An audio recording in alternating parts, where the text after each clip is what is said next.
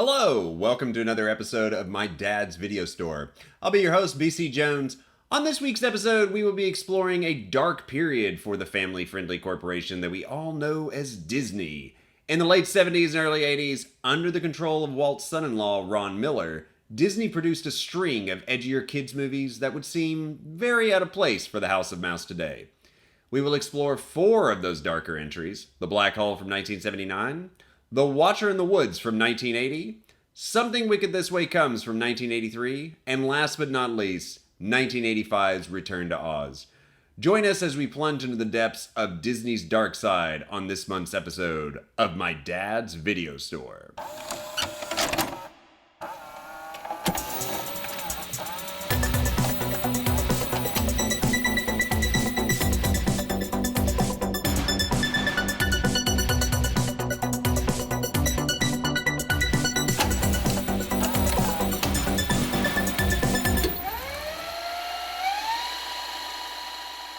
All right, as always, joining me to discuss these creepy kids films will be fellow co-hosts of the pod, Waylon Bacon and Gray Creasy. Hello, friends. How are we today? Good. Doing very well. Excellent, excellent. All right, well, before we dive into the collective childhood trauma that we all experience, let's just give a little bit of a history of where Disney was at this juncture. So Walt had died unexpectedly in the late 60s, and then Walt's brother Roy took over until around 1980, when Ron Miller, who was Walt's son-in-law, took over as CEO. Ron had been groomed by Walt as a producer and an executive producer, and he had produced a lot of the films for Disney over the past decade or so. He really wanted to make non-Disney films. There's this sort of like famous story of Walt and Ron and everybody watching To Kill a Mockingbird.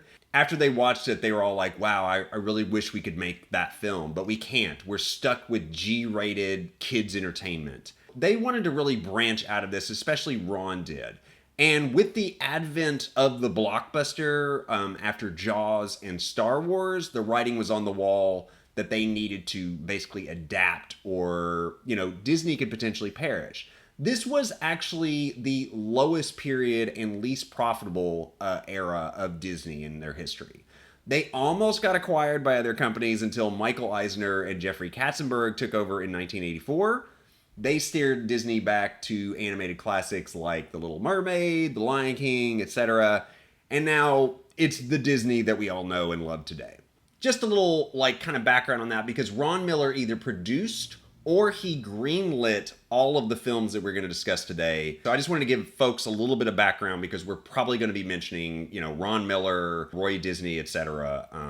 Over the course of the discussion. Let's dive into the films Disney wants you to forget about. Especially, they don't want you to watch Watcher in the Woods and Something Wicked This Way Comes. They really don't. Neither one of those are on Disney Plus.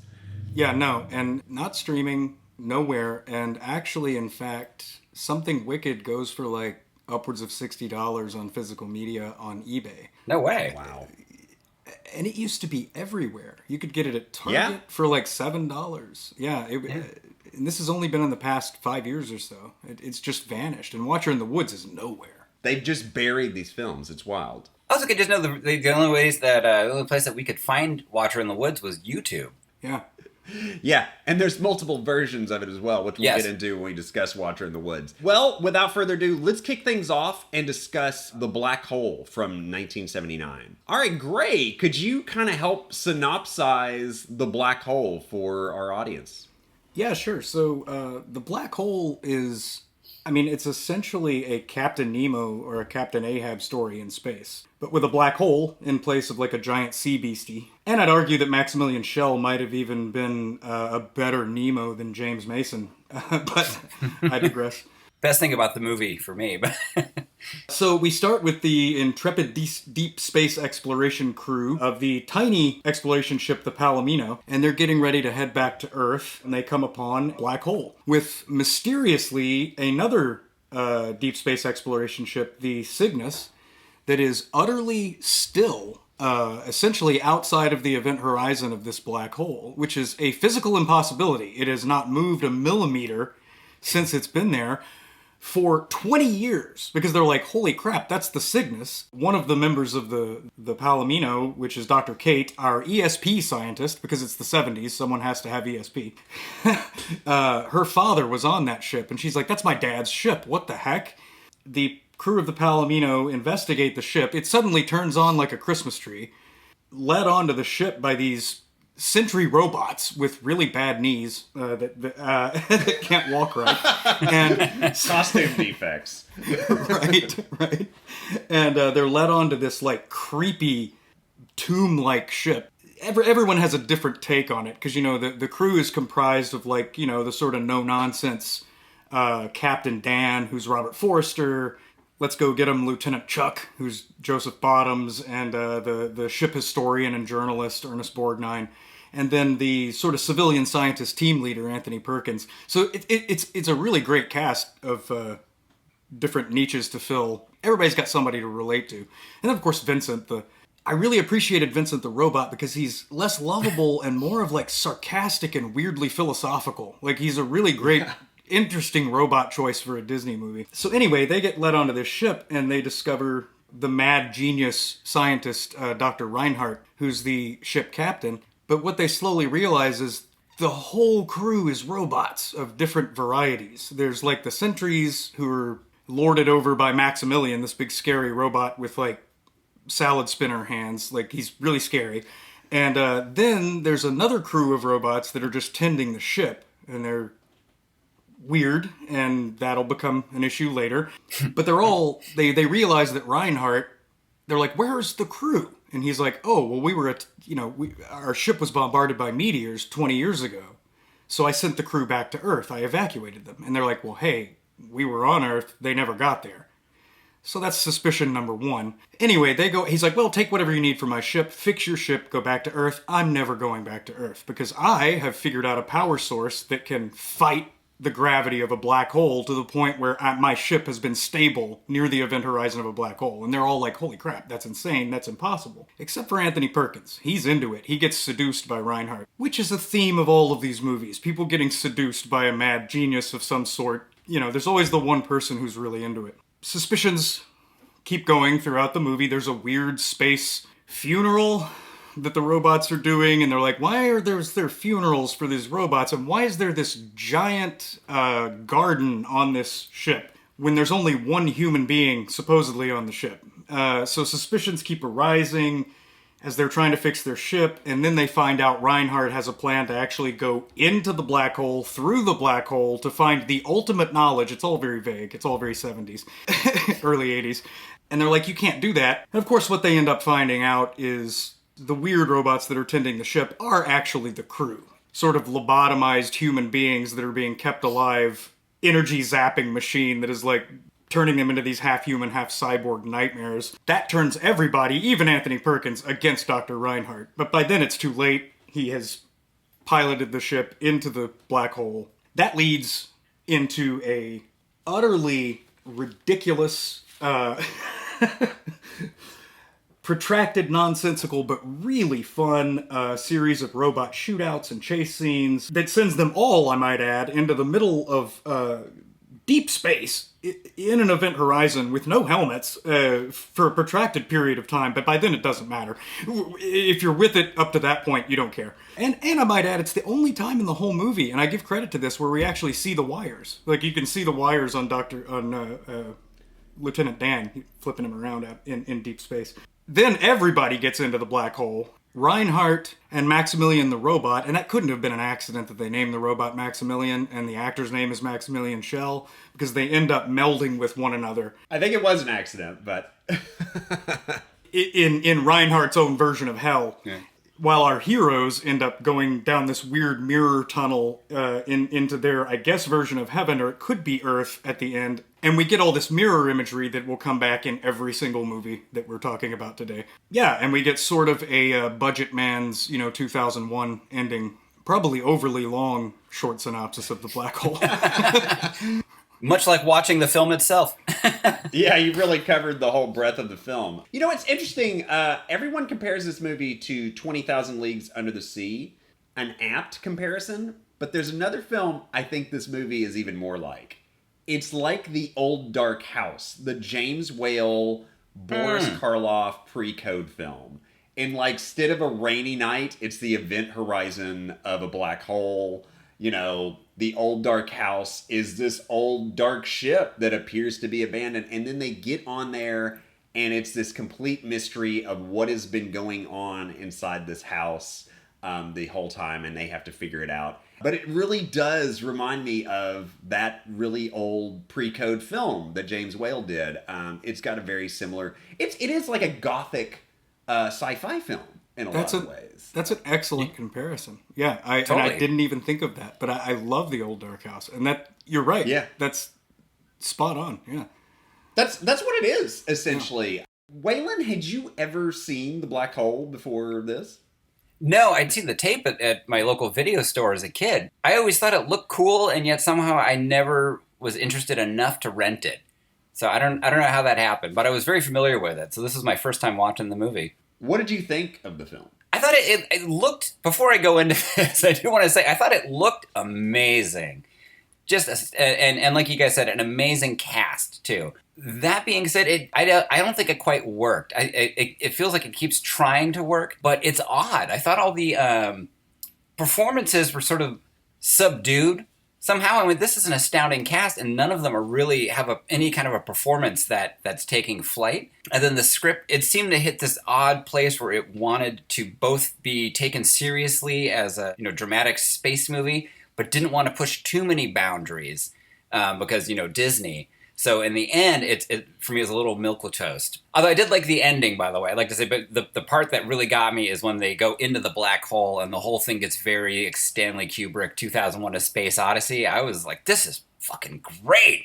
I wish the whole movie had been like this. I wish they just committed to the weird early on. I did really like Maximilian Schnell, though. I thought he was fantastic. I was a little emotionally uninvolved with the film until he showed up. And then suddenly the film had this energy to it. Like, I've been waiting for this. That's my mixed review of The Black Hole. I think I have a very different perspective on this film. So this film I saw in the theater when I was 4 years old. This was one of the very first films I'd ever seen in a movie theater.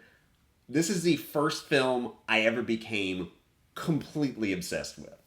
So I am so sorry. I had the little golden book for The Black Hole. I had a pop-up book. I used to listen to the score, the John Barry score, on a orange and white Fisher-Price record player ad nauseum while I would look at the pop-up book. Interestingly, my dad, he started his video store with, I believe, like 10 different movies. And these were all beta, by the way. VHS did not come out until 83, 84, somewhere in there. He started us, and basically he had a promise to all of his like new members. He's like, become a member of this video store club, and whatever movie you want me to get, I will get. But it's interesting, this movie was one of those 10 movies, if memory serves correctly. And I watched this over and over and over again, because that's what you do when you're a kid. You watch things just over and over again. They become comfortable and whatnot. And I was just totally obsessed with this movie for some reason. I had not seen Star Wars yet.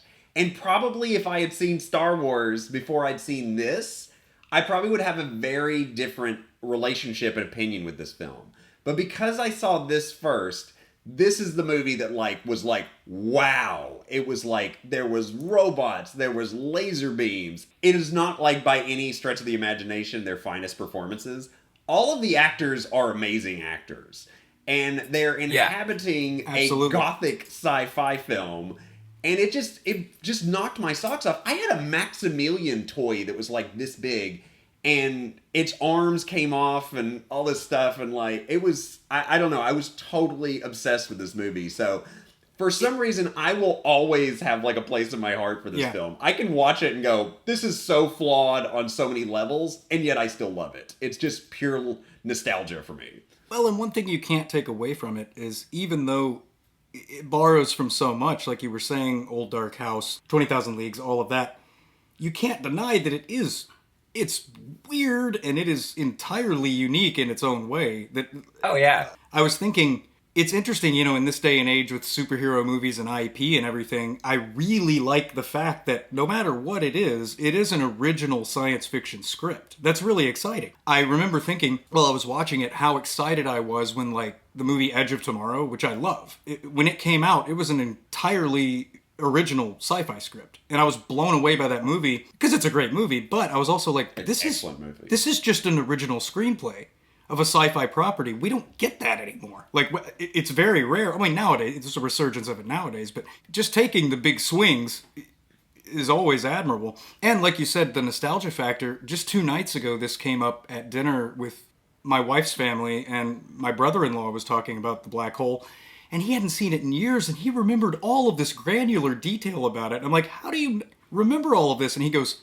I don't know. He goes, I saw it, and he goes, I liked it more than Star Wars, because he saw it first. And he was like, the black hole will always be my Star Wars. I'm with him. Yes, that's what it basically is for me. And then, of course, when I saw Star Wars and Empire Strikes Back, they completely blew me away as well. But like, just seeing this in the theater, like seeing that early like computer animation when they go into the black hole, and that music, regardless of what you think of the film, the music is fantastic. The score is great. The opening title score is so... I was humming it for like a week after. It's so good. It goes with the black hole. It's like da na na na na na. I mean, it feels like you're swirling downwards. It's such a cool score. This movie was in development for a long time at Disney, actually. It was originally supposed to be like a space disaster movie, like an Irwin Allen film, like Poseidon Adventure in Space. Basically, and that's what it started out was. I think it was called like Space Pro 1. It was basically like a ship is damaged by a supernova, and then the supernova turns into a black hole, and then they've got to basically escape. So that was kind of the disaster film. Over time, nobody liked that, and like they kept evolving it, and finally it got called the black hole. It got greenlit because of Star Wars. Like, Disney was like, what do we have that's science fiction? That's what everybody did. That's what Paramount did. Paramount was like, what do we have that's science fiction? And they're like, we have Star Trek.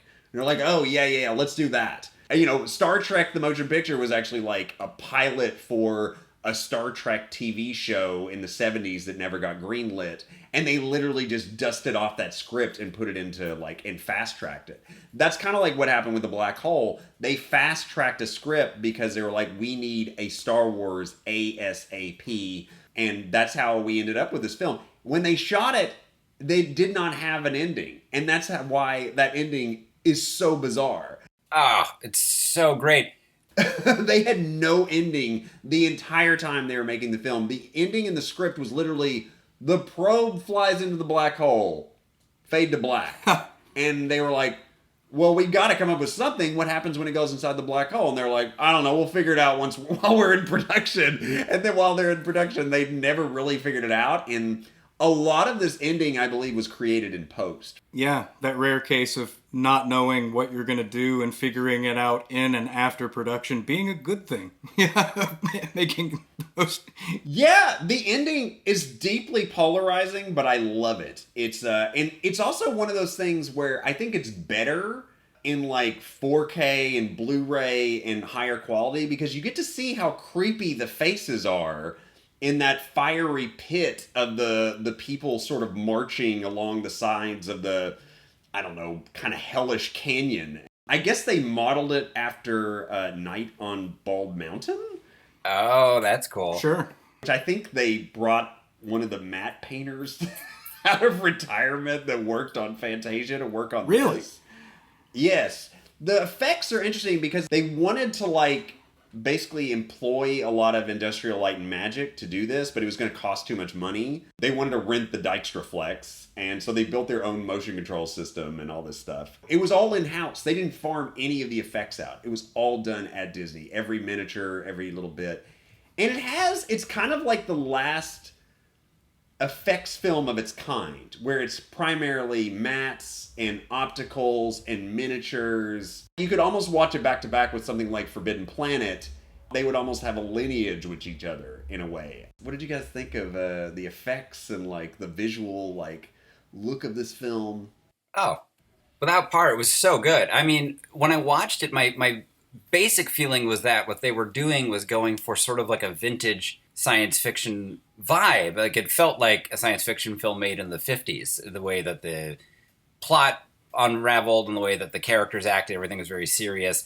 But with the kind of special effects that at the time were super advanced, which I still think look great. I actually think the black hole looks better. If they made the black hole now, it wouldn't look as good because they would do a lot of CGI. Like that looks fantastic. And again, the ending scene was so cool. I watched it twice. I stopped. I was like, what just happened? And I had to go back and rewind. Wow. So yeah, black hole looks astounding. Yeah, start to finish. I love the visual. Everything visual in this movie is fantastic. To that end, so the scene, there's this wonderful set piece. The huge circular rotating compartments that house the half-human, half-cyborg zombies. Yeah. They're basically these like human-shaped compartments in these big discs, and they rotate around and zap them in the eyes and brains to like rejuvenate these human robot slaves that are running the ship. And I was like, how cool, because it's the Star Wars era, it's the beginning of play sets. I was like, how cool would that have been if they had made a like human robot ship slave play set for kids? I was like, oh, I can see the ad, like, I'll be right there, Mom, I'm charging up my barely human monstrous space slaves. It was like, it would have been a great play set. I wouldn't be surprised. I mean, we come from the era where they made RoboCop action figures, and I think RoboCop is violent like now as a 40-something. Yeah, exactly. I had action figures for the black hole. I had an Ernest Borgnine figure and a nice. Robert Forster figure, and if I could ever find those figures, I would be quite wealthy. They are extremely rare. I'll bet. Between that and David Lynch's Dune, I had figures for that film too. What? I would be so wealthy if I could ever come across those. I've asked my mom, I'm like, what happened to that stuff? Like, and she's like, I think I donated it, honey. I don't know. Maybe it'll turn up one day when I like scour their attic or something. But it's what every Zoomer doesn't know what they missed with an Ernest Borgnine action figure. That's what everyone needs in their life. It's like, what is that Ernest Borgnine on your shelf? You know it, baby. There was a toy line, but it wasn't successful. The film did not do well at all. It was kind of critically smashed. It was the first PG movie, right? It was the very first PG Disney film ever produced. There was a backlash, like a parent backlash. They got all this like hate mail for putting out a PG movie, kind of ruining their brand. I find it such a fascinating artifact. When Disney was like in such a strange place and they were like trying to catch up with Spielberg and George Lucas, basically the auteurs of the 1970s, and trying to make different kinds of movies because they felt irrelevant in that period. And that's how you ended up with The Black Hole and Tron. Tron is probably the one film that Disney doesn't shy away from now. Yeah. They've kind of embraced that. There's like attractions, and there was a sequel not too long ago. But other than Tron, most of the films that we're going to talk about this month's episode, they're just sort of like, let's sweep those let's sweep those in the corner. And they don't want to talk about them. They would much rather just pretend like this period didn't happen. We went from The Rescuers to The Little Mermaid. and we made Tron somewhere in there. Yeah. Well, I remember being a kid and seeing the box art for all of these movies, none of which I saw outside of Return to Oz. And I was we were the demographic, and I had no interest in seeing those films either, which is weird. Like, there was something off-putting to me as a kid about those movies. I was like, I'm not interested. I would, rent a Donald Duck compilation or something. But, because in theory, it sounds like it should work. Disney doing big budget spectacle films sounds like it should be super cool. But there's something about the way that they made those films and marketed those films that didn't quite appeal to the demographic they were hoping it would appeal to. I think because they had one foot in making sure that it was completely kid-friendly, as opposed to they just gone all in. I think they may have even had more success. But who knows? Who knows? We're saying it's like the Christian rock of fantasy. Right. I mean, regardless, I loved all these movies that we're going to discuss. They were movies I watched over and over again, especially this one, because I was 4 and obsessed. No, I remember a birthday I had. Basically, everything that I got was black hole themed. Like, it might as well have been a black hole themed birthday. That's how obsessed I was with this film. When you turn 60, I'll make sure that we do this for you again. So you We can should, yes. relive it. Yeah. I want a black hole themed birthday. What did you guys think of like some of the design in this film? Oh, I mean, fantastic. I mean,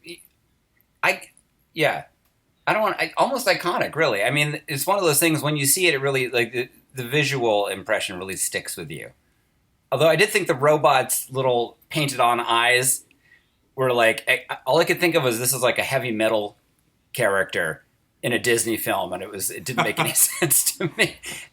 It's the cutesy element. Yeah, it's like Yes. the rest of the film has a pretty dark, kind of edgy aesthetic, and then Vincent and old Bob have these like giant eyes. They're like there for the kid. And I saw some of the original concept art, and it was very different. It was like robots with all these arms and like no kind of like human features. Yeah, they really were the only two that stood out, and they all lined up design wise, except for it was pretty obvious that they were going for the cutesy angle. You know, right down to, and I'm not complaining. I will never complain about the casting of Slim Pickens ever in any movie, and he was perfect. Everybody, I loved Bob to death. But, you know, even down to that, yeah, it was the only thing in the movie that kind of felt out of place. But design-wise, what I loved, you know, because you had Star Wars, which, you know, all of the ships in the world felt very lived in and rusted, and that was what was so great about it. Black Hole also felt that way.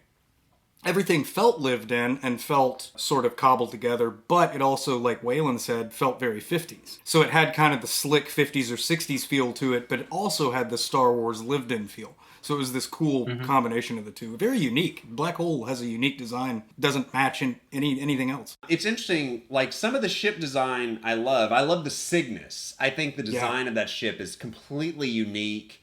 I love that it has this kind of like a Rector set feel. Yeah. And when it lights up early in the film, that is just so cool. I mean, when they're just going around the Cygnus in the dark and they're shining the light and it's just sort of the music.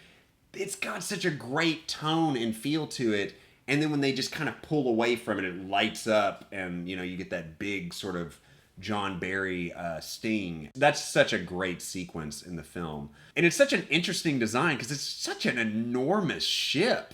Wow. I mean, they even bring it up as part of, they're like, how did they get the taxpayers to pay for this? Yeah. Like, because, like, the ship, the Palomino that they land on is this, like, like, small capsule type ship. It's like something we would build today potentially.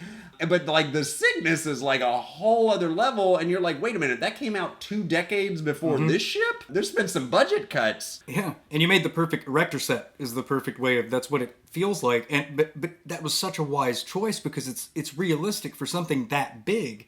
It's almost like the International Space Station. It is this thing that, you know, it's like an Erector set. It's this, you know, for something that huge, it's not going to be this massive, solid thing. It's going to be like a, you know, a Tinker Toy looking kind of thing. What about Maximilian? Not Maximilian Schell, mind you, but the Maximilian robot. What did you guys think of the design of the robot? It's interesting. I mean, he from a like as if he was a drawing, I would be like, this is really cool. The brought to life, he was a little bit less threatening than I wanted him to be. I only found him really scary at the end when he merged with the actual Maximilian Schell. That was just because it's fucking terrifying. Yeah, even when he kills Anthony Perkins, which, you know, was mostly shocking just because it's a Disney film and that is a horror movie style death. So, yeah. I'm like, wait, is he actually dead? It took me a minute. I kept waiting for him to show back up because it's a Disney film. But no. Yeah, it's a bloodless kill. If they'd done it like actually what would happen, there would just be blood going everywhere, gushing. And he's getting, as you called it, salad spinner drilled. Yes. You know? That's a pretty macabre kind of moment. And, you know, even I actually love that whole sequence where I hate the ESP element in this film. I find it completely unnecessary. Well, it's like so annoying to me. It's like you bringing up, they pushed it ahead because of Star Wars. I can't help but think it was like, well, we got to have the Force, but they've already used the Force. Somebody's got to have ESP. Okay, she talks to robots with ESP. Right. Plus, I found it just like a whiff of sexist, too. You know what I mean? Like the one female character, and she's like, oh, she's the intuitive one. She's in touch with everything. Kind of like somebody else coming up in a later movie, too. Yeah. Yes. Speaking of that actress, so she was not the first casting choice. There was another actress that was chosen. Her name was Jennifer O'Neill. But they realized, because, they have to do all this wire work, they were like, your hair's too long. And they had her cut her hair. And this actress, she was like, I'll only let Vidal Sassoon do it. And the entire time she got her hair cut, she was like, bring me wine. She was getting trashed the entire time. She got so drunk that she drove home and had a horrible car wreck and then wasn't able to do the movie anyway.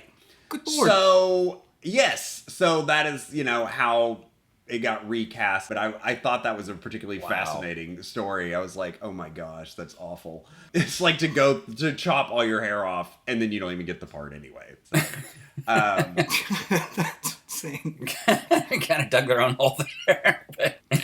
Totally. All right. Well, speaking of fascinating trivia about this movie, I have to tell probably one of my favorite tidbits of trivia about this particular film.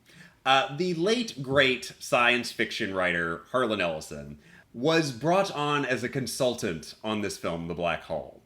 And he's gone on, he's written about this, he's brought it up in Q&As. It's a wonderful story. So essentially, Harlan Ellison, he gets to what is now Buena Vista Studios. It was Disney Studios in Burbank at the time.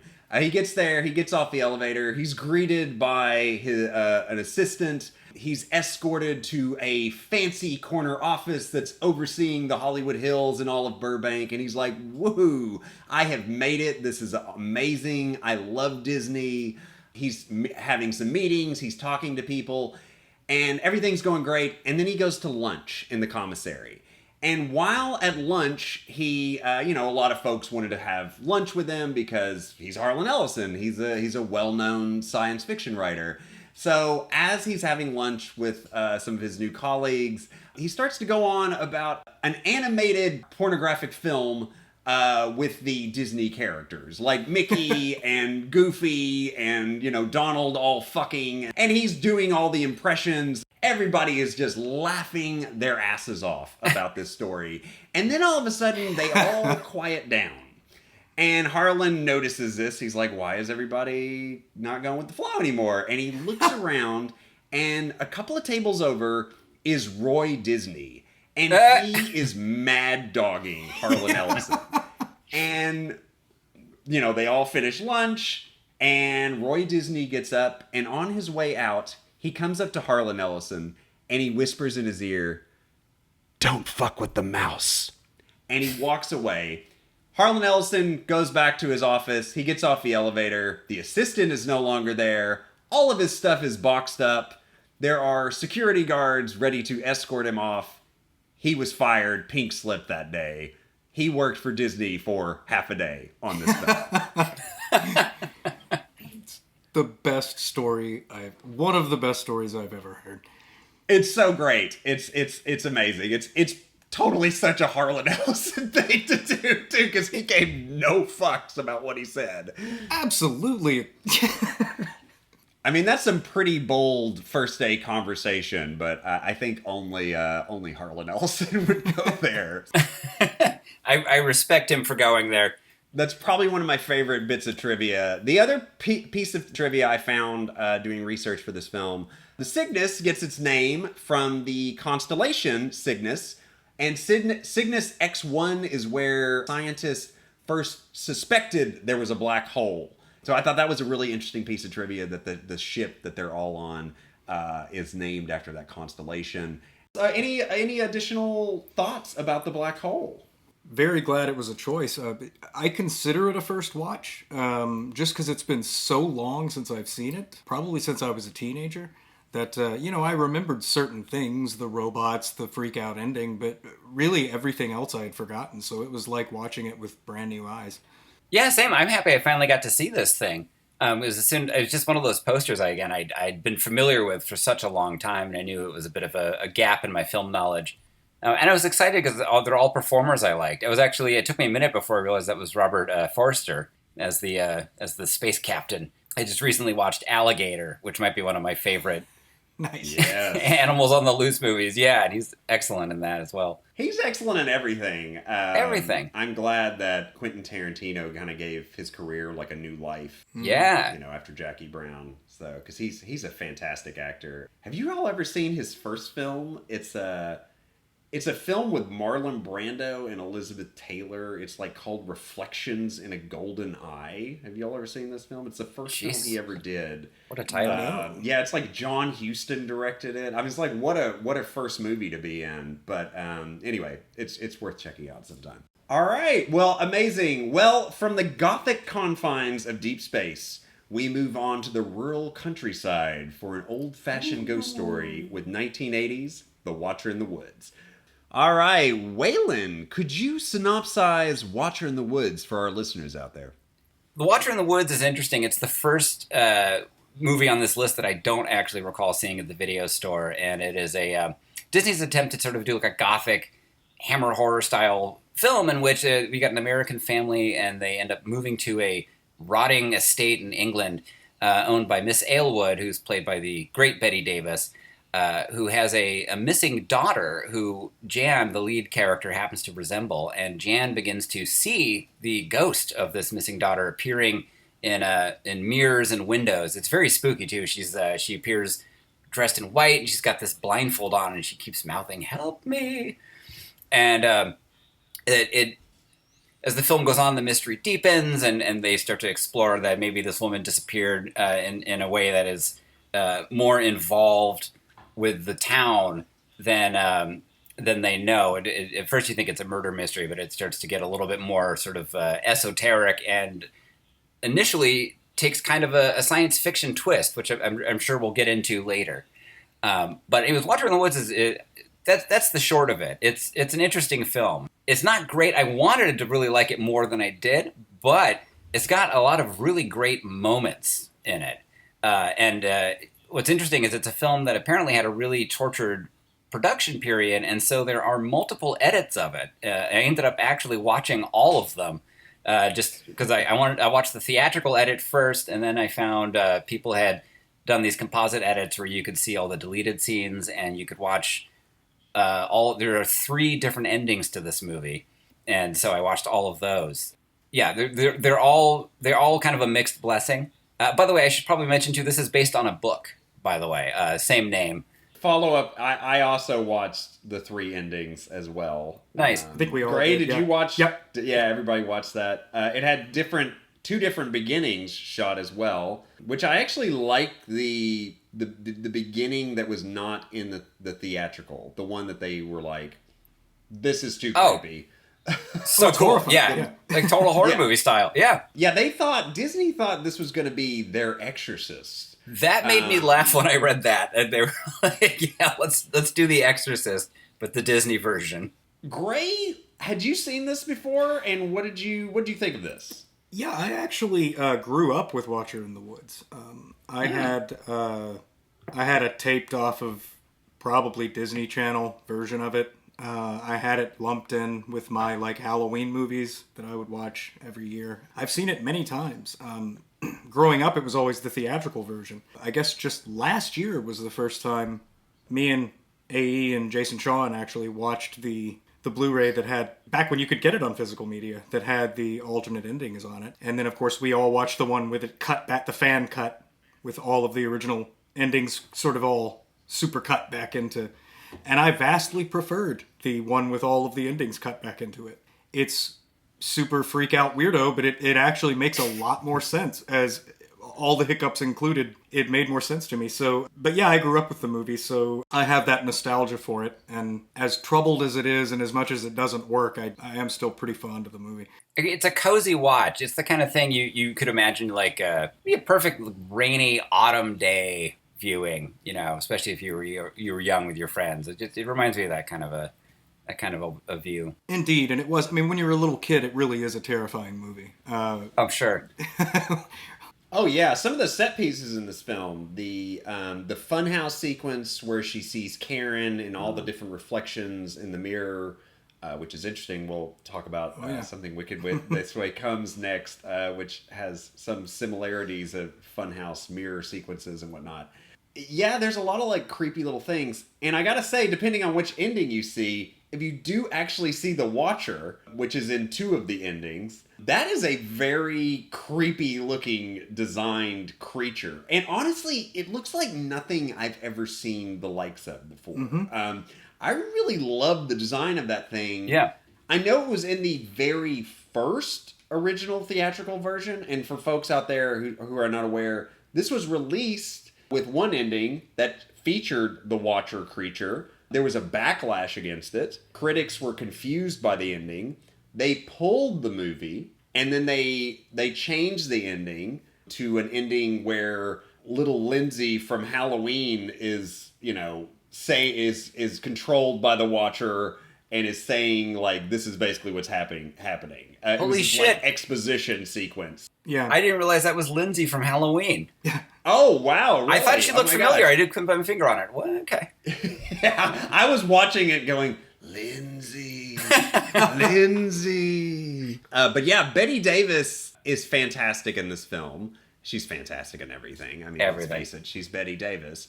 The other scene that really is, I think, really well done is when Betty Davis is pushing her down the water with the like stick, and you think, oh my gosh, is this crazy old woman trying to kill this like little girl? Of course, that's not indeed the case, but that's a very well done scene as well. There's a lot I like about this movie. It doesn't matter which ending you watch. I think it all kind of doesn't work by the end of it. But there's still a lot of great elements. I love the whole solar eclipse thing. Mm-hmm. There's too much exposition to explain what the heck is happening in this movie. Even though everything leads up to the fact that this interdimensional or alien or whatever the Watcher actually is needs to get back to its world and trade places back with poor Karen, who's not aged a day. Does anyone else think that's like the saddest ending ever, that Karen comes back like and hasn't aged a day? Oh, it's totally sad. I actually got a little choked up, and in a testament to Betty Davis's amazing performance skills, it was one of the one of the original endings where Betty Davis comes out of her home and she sees Karen, and she goes and embraces her, and it was like the way it was shot, and I went, ugh, I'm being so transparently manipulated by this scene. And then the way Betty Davis just looked at her and holds her, I got a little teary-eyed. I'm like, damn it, Betty! Yeah, I agree. Yeah, and it's the ending. You're right, Brad. It's ineffectively done because it was so chopped up in the production and all that. But the concept is just so great that the Watcher is this interdimensional being, and it's entirely not malevolent. It's basically like this. He was just essentially taking an uptown bus across dimensions, and like those dumb kids doing that ritual didn't know what they were doing, and whoops, they got on the wrong bus and switched places, and now Karen's like trapped and frozen in time, and he's trapped over here, and it was basically just like a mundane type of like typo on a dinner reservation, so now everybody's stuck in the wrong place, and they just have to but on a cosmic timeline, it's this utter unmentionable horror, but it's just like this whoops, it's just a whoopsie. So it's a really great concept but how do you successfully tell that? Like the ending where it's just kind of like, oh, so the Watcher now has to get back to his blah, blah, blah, blah, blah. And it's like, oh, it's like so unsatisfying. But then Waylon, what you were saying about the Betty Davis scene, that is you're right. It's so much better than the original one where she like goes to the church. The one with Karen coming to her at her house is so much better.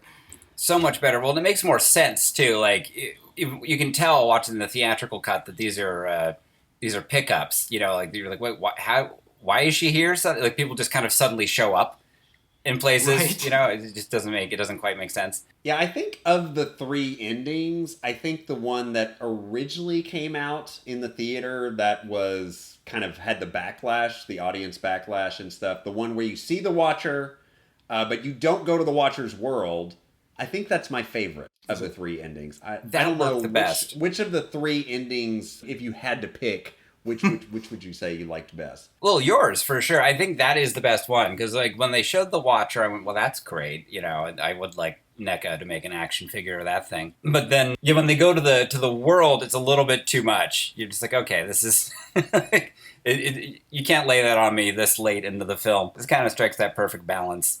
Just show the creature, you know, kind of a little explanation of what just happened is just weird enough to work. Sweep us up in the emotional fallout and roll credits. I like seeing the creature's world. I just wish they could have made it work. So I mean, I kind of agree with you guys that the only one that works is the one you're talking about. I just really want the other one to work. Relate. It might have worked. Those are unfinished effects, from my understanding. Yeah. So they shot that, and they had a release date they had to hit, and they were like, we can't finish this creature's world. So those are like really half-done effects. That's why it looks kind of so.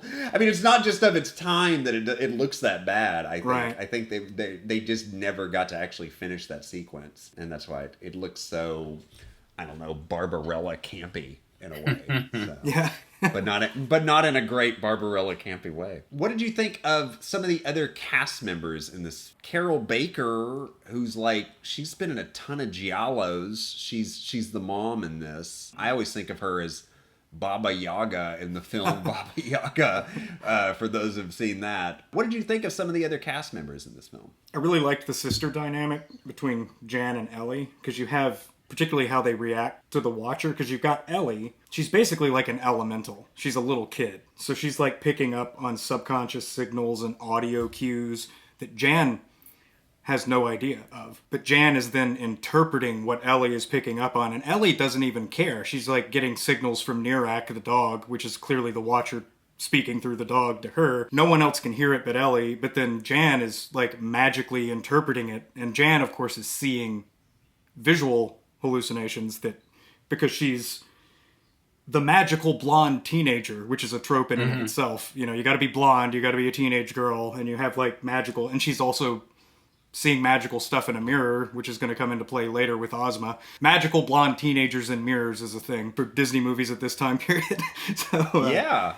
but I And just the like psychic thing, psychic thing. It's constant through so many 80s horror films and even these Disney films too. Like, somebody has to have psychic powers. Yep. I don't know why. But yeah, I just liked the sister dynamic and how they each had their specialty. Because you had Lynn Holly Johnson. I thought they should have found someone maybe with a little more experience, but it was interesting to be watching that movie and Amy walked by and said, "Isn't she a figure skater?" And it turned out she is. And Yes. she was in James Bond, which one was it? Oh, For Your Eyes Only. She was in a film, I think it's called Ice Castles or something like that. Yeah, she was in an ice skating film. I remember when I was a kid. I barely remember it, but I know my dad had it in his video store that she was in. I think that's how she got The Watcher in the Woods, was the Ice Castles film, because it was kind of a big deal when it came out. But it's funny, she was not the original choice. You know who the original choice for this role was? Diane Lane. Really? And if this had Diane Lane, I think it would be an even better film, because I think she's agree. just a much better actress. Yeah, no kidding. Well, and it's a tricky role to pull off, too. Like, I actually don't think that Lynn Holly Johnson is a bad actress. The whole film has to be anchored on her performance, and it's a performance that requires a lot of conveying things that are happening internally. And that is a really hard thing to do for any actor. Yeah. And so picking someone who was a relative newcomer was probably a bit of a mistake. Also, there's no sibling rivalry between her and her younger sister, which bothered me to no end. I don't know. I just found it completely unrealistic. I was like, don't they ever, like, bicker? Yeah, it is like an idealized... No, you're right. They didn't. It was completely idyllic. Yeah, just what a great sister. I'm here to help my little sister. She's never annoying me. Well, Come on. Yeah, I guess the original script for this was like too dark for Ron Miller. And I know when they actually saw The Watcher, they were like, what the actual hell? That thing is freaky. Yeah, Like, that's too awesome. scary for kids. It has that one foot in wanting to be a classic gothic ghost story, and then the other foot in, well, we gotta keep it as kid friendly as possible. But it's interesting though, they hired the guy that did Legend of Hell House. I was so hoping we would talk about that. Yeah. Yeah, so yeah, let's talk about that. I haven't seen Legend of Hell House in a long time, and I did not get to rewatch it for this. But yeah, I don't know. What do you guys think of the directing in this film? It was weird. Like there were moments where I was like, "This is great," and the moments where I felt like it was a little almost perfunctory. Is that the word? Yeah, you wanted them to push it more in a lot of levels. Obviously, it's in the hands of someone who's done this before. And when I realized that it's the guy who did Hell House, it's like one of the few really solid Richard Matheson book adaptations.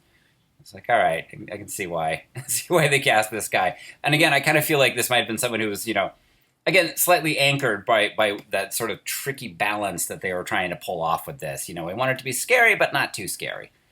So you see places where normally they might have chosen a more esoteric camera angle, but instead they chose something that's a little more like a TV movie just to try and make it feel less imposing. Yeah, that's a good point. It does sort of seesaw between there are definite TV movie moments, and then other times it's stunning. I love the roving POV shots which was very in vogue at this time. Black Christmas really kind of helped that. Jaws really did. Jaws I think made it even more in vogue, but it just all kind of happened at once. It's like these roving POV shots of the whatever the creature, the slasher, but those are utilized I think quite well in this film. The eclipse element, I like the whole idea of that. And I love all the foreshadowing to the eclipse, like all the things that the Watcher is trying to tell her throughout. I like the mystery element, and I like the music, and, it's got a nice tone to the film.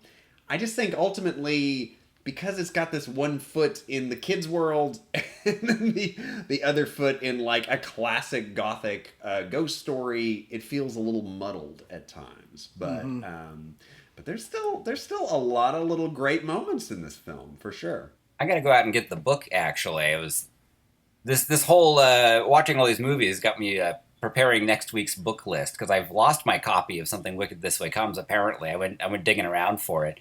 So I'm going to have to go buy that and Watcher in the Woods, and I'll get back to you all with that one. Has anybody seen the remake of this film with Angelica Houston? I have not. No.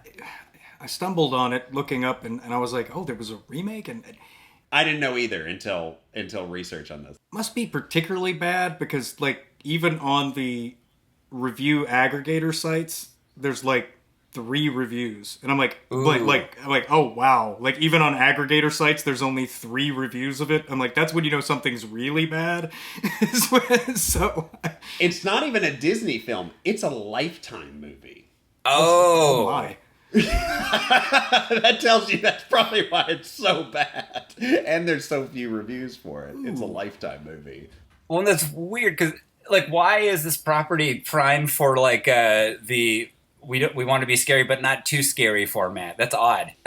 Like, you know what I mean? You kind of wish somebody would go in and do something that's a little bit more toothsome. Yeah, I don't know. I mean, I guess there's kind of a little bit of a built-in audience for this, especially for the people like me that remember the film. I don't know is it a young adult book, A Watcher in the Woods? I mean, maybe that's why it keeps getting adapted and stuff. Maybe it is, but you could do like a solid PG-13. Like doesn't have to be a G-rated, like Lifetime movie. I will neither confirm nor deny that I'm on Wikipedia right now, but it was apparently the book Watcher in the Woods was re-released by Scholastic, so I think it's definitely got kind of a young adult aim. And now it's also a choose your own adventure depending on which ending you get. So how cool is that? Before Black Mirror got to it. Well, any other thoughts about Watcher in the Woods? It did make me nostalgic for my LA days because there's a mural there that always made me laugh, showing Bette Davis on The Tonight Show being asked, what is the best way an aspiring actress could get into Hollywood? And she goes, take Fountain, which is, of course, a street in Los Angeles. Take Fountain. That's right. All right, well, let's continue digging through Disney's bones in the closet with the 1983 adaptation of Ray Bradbury's Something Wicked This Way Comes. All right, Gray, can you synopsize Something Wicked This Way Comes for our listeners? Something Wicked This Way Comes takes place in a small town called Greentown, Illinois, in post-war days. Primarily concerns three characters: Will Holloway, his dad Charles, and Will's best friend Jim Nightshade. And these are three characters with fairly severe daddy issues, and that's that's a big part of the story. Will and his father have a, while relatively loving relationship, very distant relationship. Charles has deep-seated issues of regret and cowardice that go way back and are key to this, central to the storyline. Charles is also an older man and feels he's too old to be a father and really connect with his son. That's his fatal flaw. Jim, it's heavily intimated that his dad ran out on the family when he was young, so he lacks a father figure. And so it's an idyllic town, but a lot of personal problems going on, mainly around father issues. And in the midst of all this, one night the carnival rolls into town. Dark's Pandemonium Carnival, always a good sign when your carnival is named Dark's Pandemonium Carnival. It rolls into town one night and magically, basically instantly sets itself up. Will and Jim follow the train, and the minute the train stops, the carnival's already set up. They're intrigued. Will's apprehensive because he's, sort of the reserved one. Jim's the rebellious one. So, days go on. They end up going to the carnival, and things start to be a little bit shady. The three main denizens of the carnival: Mr. Dark, played by the wonderful Jonathan Pryce; Dust Witch, who is played by Pam Grier; Mr. Cougar, I forget the actor's name who played him. He's the proprietor of the Mirror Maze and the Carousel. These are our three sort of main guys in the carnival. They start seducing the townspeople by offering them their deepest desires and playing on their biggest fears. We find out these are Faustian bargains. People get their deepest desires, but end up essentially selling their souls to the carnival, and they become part of the carnival. As this all happens, Charles Holloway, Will's dad, starts to put two and two together. He's the town librarian, so he does research on this and discovers that this carnival has been rolling into town periodically throughout the decades, and these people have been known as the Autumn People, and they're essentially, you could call them psychic vampires, something like that. They come in and feed off of people's desires and fears, and in fact, Charles's father, who was a minister, had battled them in the past and lost to Mr. Dark in the past. This all culminates with a showdown between Mr. Dark and Charles in the library, where Mr. Dark offers to give Charles his youth back, and Charles has a bad heart.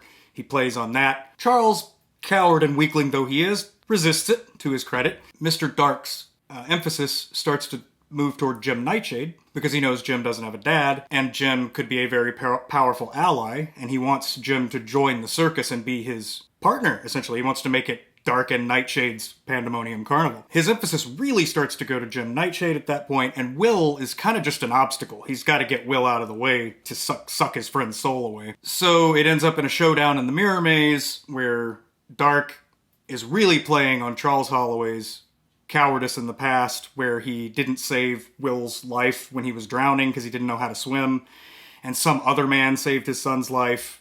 So it all comes to a head. A pretty touching moment where Will says, Dad, I love you anyway. So Jason Robards, who plays Charles Holloway, smashes his way out of the Mirror Maze, kind of takes his own power back. And then the tornado comes and whisks the carnival away. A bolt of lightning zaps Mr. Dark onto the carousel, which goes around forwards and ages him into decrepitude, effectively killing him. We don't know if he's really dead because he gets sucked back in with the storm, which takes the carnival away with it. I left out that plot point where historically the carnival comes and goes with the storm, and they need to know when the storm is coming so that they can get away before it comes. The main point of the whole story is be careful what you wish for and dealing with your past regrets and issues. Amazing synopsis, Gray. That was fantastic. Waylon, had you ever seen this film? This has kind of gotten lost to time, this movie, so I'm not sure if everyone has seen this or not. This I have seen because I both love Jonathan Pryce and Ray Bradbury, so definitely familiar with Something Wicked This Way Comes. great. It's like one of my favorite Disney movies, and actually one of the best Bradbury adaptations. I fully agree. Yeah. 100%. I love about everything about this story. In fact, I honestly think this story should be adapted as often as Great Expectation. Yeah. Yes. It is just that level of such a great story. It's interesting to watch it now because I watched it from more of the kid's perspective when I was a kid. But to watch it now, I'm watching it from like Jason Robards' perspective. You know, I have a very young son who I had much later in life, as this character did. It was so relatable, like what you go through in like midlife. Yeah, I got a completely different perspective on this film as an adult than I did seeing it as a kid. Yeah, and Brad, I just realized, obviously not to hit it too far home, but by the time your son is Will's age, I guess you'll be Jason Robards because he's 54, right? In the book and in the movie. So, exactly. Yeah, it's about spot on. Yeah. Yeah, I'm gonna have to watch him around like the lake and stuff, like extra careful. Make sure I can, so I don't have any like long-lasting regrets. You didn't have a weird minister father who wouldn't let you learn how to swim. Just read the books, boy. This film is so fantastic in so many ways, though. Particularly the performances.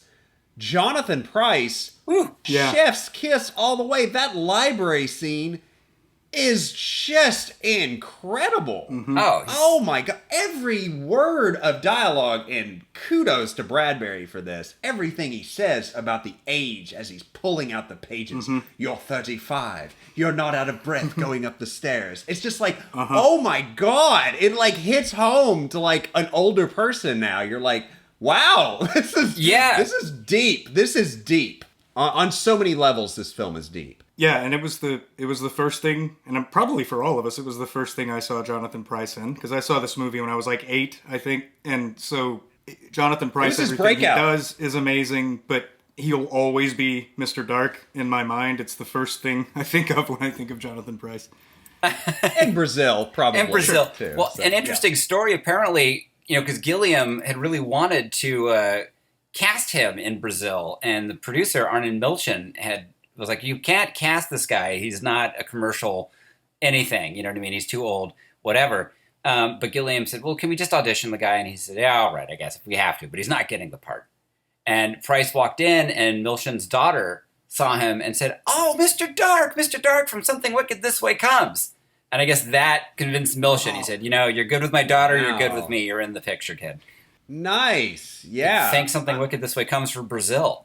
Yeah, everything about that library scene, it's such a perfect scene. And I was shocked to see this in a Disney film when he squeezes Robards' hand. Ooh. And his hand, it goes to an extreme close-up, and it shows the hand cracking, and you're like, that's rough. I mean, this had some gory stuff in it. That scene, and also when Will sees his head get chopped off in the guillotine.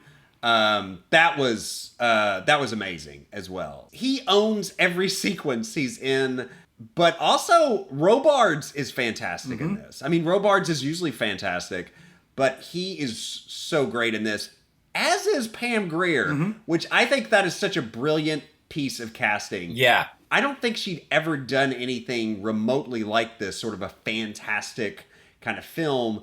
And to cast her as a dust witch was, I think, a stroke of genius. She scared the shit out of me when I was a kid. Yeah. Especially in that library scene when she's, like, approaching Robards and stuff. Like, that scene, like, it just made the hairs on my arms stand up. It was so creepy as a kid. Between her incredible beauty and just her presence and stuff, I think she was a fabulous piece of casting. Oh, my God, yes. Well, and she was always the hero. And there is something about Pam Grier that feels really trustworthy, like if there was a zombie apocalypse, I would definitely want to find Pam Grier to help me. And so having her be like death, basically, that scene where she comes in and she starts to slow down Holloway's heart, which, by the way, as a 40-something, totally sent chills down my spine. It was extra terrifying because that's what makes a good villain. She seems likable in many ways. You know what I mean? There's something about Pam Grier that's just comforting. And so having her do this horrible thing and still remain a sort of an oddly comforting presence is this extra layer of scary for me.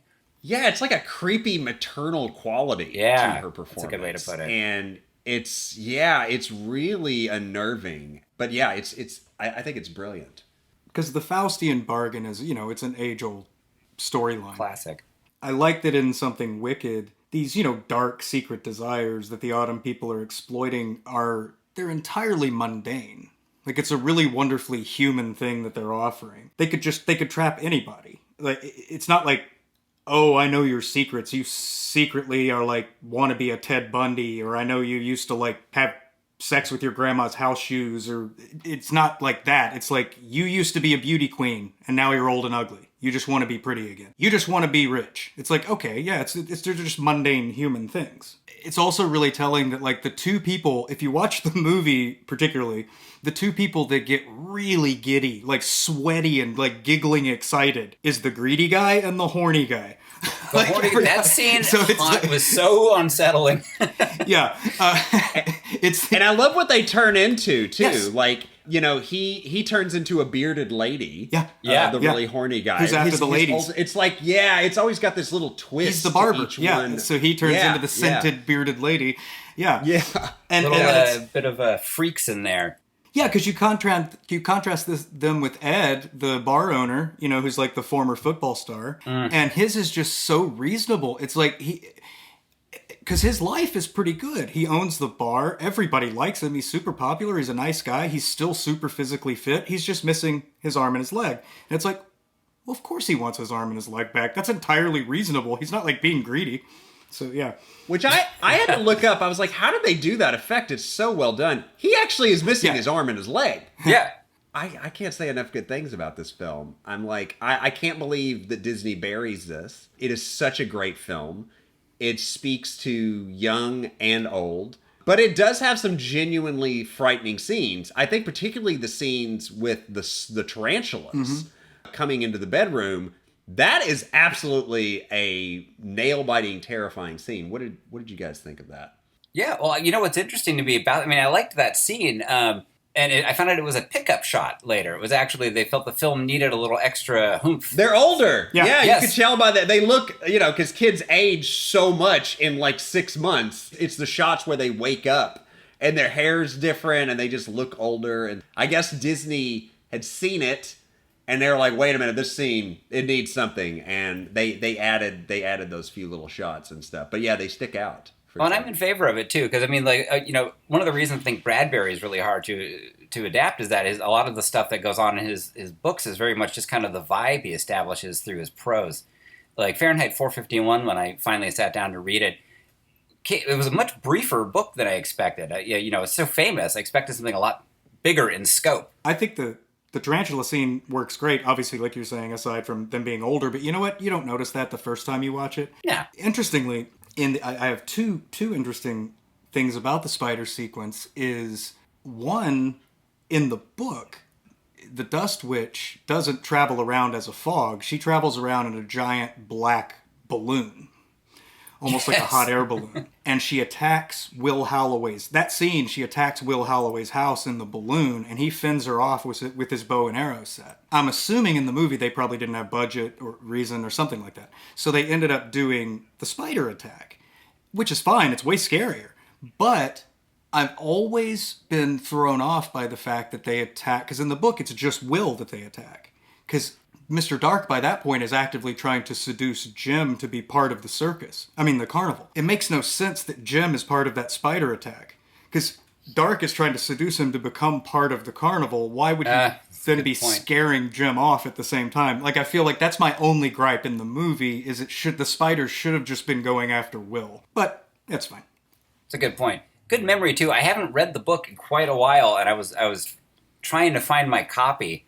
But, the problem is I work at a bookstore, so I have a lot of books around here. I'm just sure. couldn't locate it. Yeah. Because we get galleys. We get all the uncorrected proofs. And so, you're constantly like, ooh, I haven't read that yet. Well, how would you say, as an adaptation of the book, does this compare to the book? Oddly, it's, except for a few things here and there, it's extremely faithful. And in some ways, I actually like it a little bit better.